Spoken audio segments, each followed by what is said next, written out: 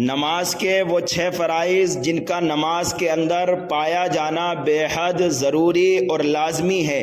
اگر کسی شخص نے جان بوجھ کر ایک فرض بھی چھوڑ دیا یا بھولے سے کوئی فرض چھوٹ گیا تو پھر سجدہ سہو سے بھی اس کی نماز نہیں ہوگی، اس نماز کو دوبارہ پڑھنا ضروری ہوگا۔ وہ 6 فرائض کون سے ہیں؟ نمبر 1 قیام، نمبر 2 قرات، نمبر 3 رکوع، نمبر 4 سجدہ، نمبر 5 قاعدہ آخرہ، نمبر 6 خروج بصنعہ۔ یہ 6 فرائض ہیں۔ اب ان کا تھوڑا سا مطلب آپ سماعت کر لیجئے۔ قیام یعنی کھڑے ہو کر کے نماز پڑھنا، جو نماز فرض ہے، جو نماز واجب ہے اور جو نماز سنت مؤکدہ فجر کی ہے۔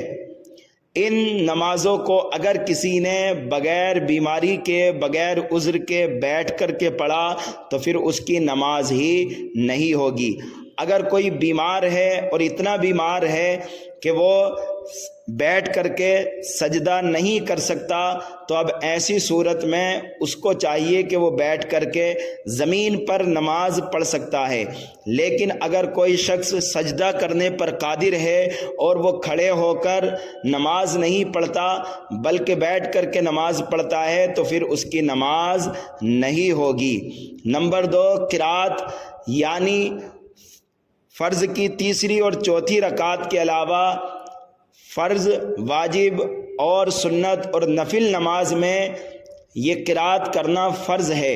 مطلقاً قرآن مقدس کی ایک آیت جس میں 2 یا 2 سے زیادہ کلمے ہوں یہ ہر رکعت میں فرض ہے۔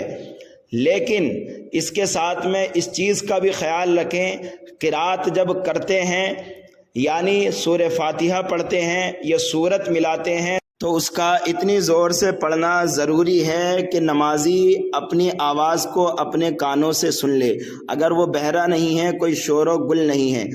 نمبر 3 رکوع کرنا، نمبر 4 سجدہ کرنا، نمبر 5 قاعدہ آخرہ کرنا، نمبر 6 خروج بصنعہ کرنا۔